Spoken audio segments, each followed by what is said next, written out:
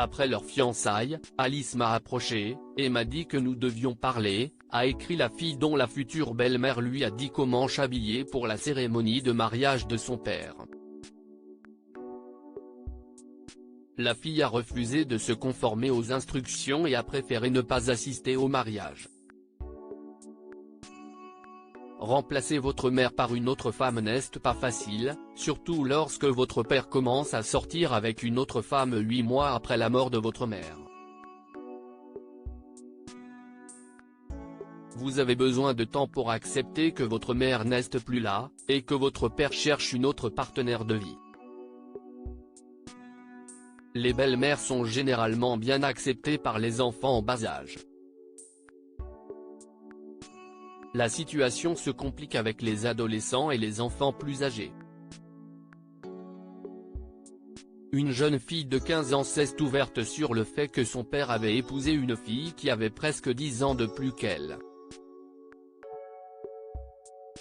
Mais elle n'aimait pas sa belle-mère depuis le premier jour.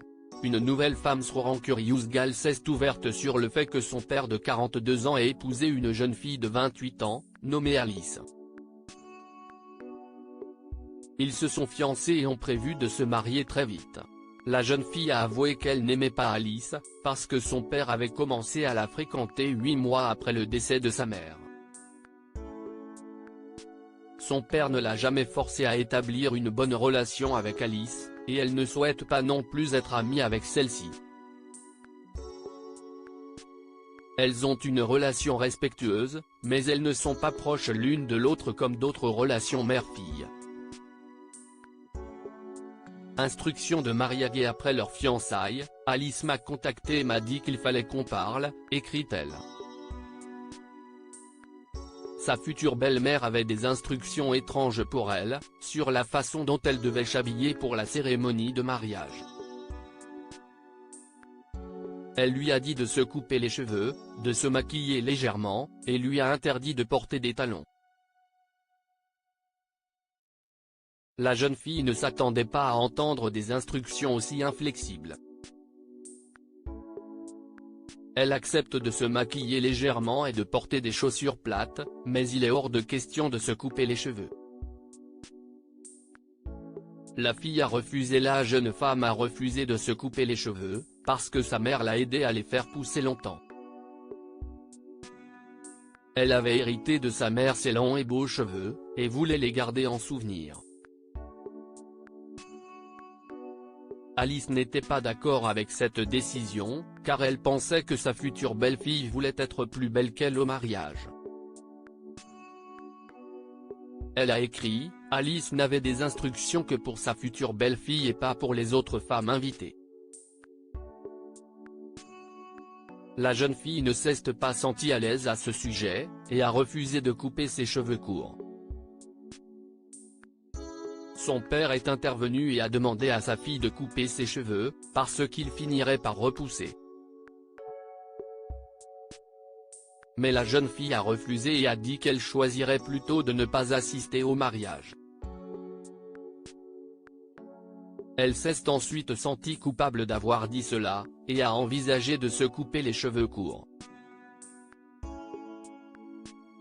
Un autre redditor lui a dit de ne pas se couper les cheveux. La jeune fille s'est sentie coupable de préférer sa coiffure à la participation au mariage, car elle savait que son père serait contrarié s'il ne la voyait pas au mariage.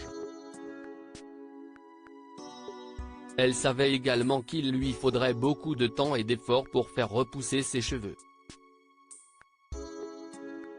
La fille a exclu de l'entourage. La jeune femme a également mentionné qu'elle a proposé d'attacher ses cheveux lors de la cérémonie de mariage pour que personne ne remarque la longueur, mais Alice n'a pas aimé l'idée. Elle a exclu la jeune femme de l'entourage parce qu'elle n'a pas accepté de se faire couper les cheveux. Un autre redditor a écrit, la fille a également compris pourquoi Alice voulait qu'elle ne porte pas de talons. Alice était plus petite d'1 pouce que sa future belle-fille, et porter des talons ajouterait quelques centimètres à sa taille. Que se passait-il dans l'esprit d'Alice? D'autres Redditors l'ont aidé. La jeune fille était confuse, elle a donc demandé à d'autres internautes, si elle devait se couper les cheveux ou non. La plupart d'entre eux lui ont suggéré de ne pas écouter sa belle-mère. Ils ont dit que sa belle-mère était en faute parce qu'il semblait qu'elle avait d'autres choses en tête. Un autre utilisateur a écrit, « Couper ses cheveux signifiait que la jeune femme devait se défaire du souvenir de sa mère. Ses cheveux longs lui rappelaient sa mère, elle voulait donc qu'il reste ainsi. » Selon les recherches, les cheveux poussent d'environ 15 cm par an, ce qui signifie qu'elle devra attendre longtemps avant que ses cheveux ne retrouvent leur longueur initiale. Qu'en pensez-vous? La jeune fille doit-elle accepter les instructions de sa belle-mère, ou doit-elle s'en tenir à sa décision, et manquer le mariage? Laissez un commentaire pour nous dire ce que vous pensez de cette histoire.